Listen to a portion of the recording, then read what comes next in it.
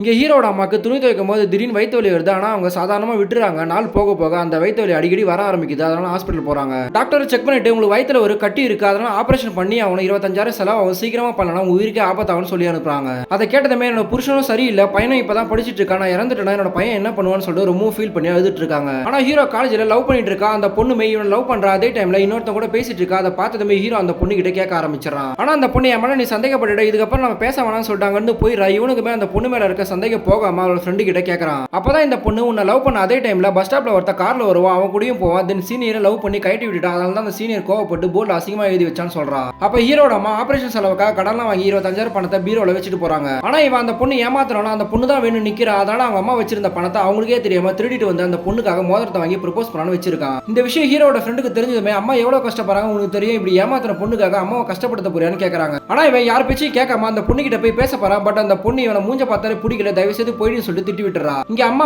Operation பண்றதுக்காக hospital போலாம்னு சொல்லிட்டு பீரோவை பாக்குறாங்க. பார்த்தா பணத்தை காணணும்னு புருஷன் தான் திருடிப்பான்னு சொல்லிட்டு சண்டை போட ஆரம்பிச்சிருவாங்க. ஆனா அவங்க அம்மா அடுத்த நாளே வயிற்று வலி தாங்கமா இறந்து போறாங்க. அப்ப ஹீரோவும் வந்து அவங்க அம்மா பார்க்க வரான். அப்பதான் கூட இருக்கவங்க அம்மாவுக்கு வயிற்றுல கட்டி இருந்தது. ஆபரேஷன் செலவுக்காக 25,000 பணத்தை பீரோல வச்சிருந்தாங்க. ஆனா அவங்க அப்பா அதை திருடிட்டான். அதனால இறந்து போயிட்டான்னு சொல்றாங்க. அதை கேட்டதுமே நம்ம எடுத்த பணத்தால் தான் அவங்க இறந்து போயிட்டாங்கன்னு தெரிய வருது. நம்மளோட சுயநலத்துக்காக நம்மளோட அம்மாவே கொண்டுட்டுமே சொல்லிட்டு ரொம்ப ஃபீல் பண்ணி அழுகுறான்.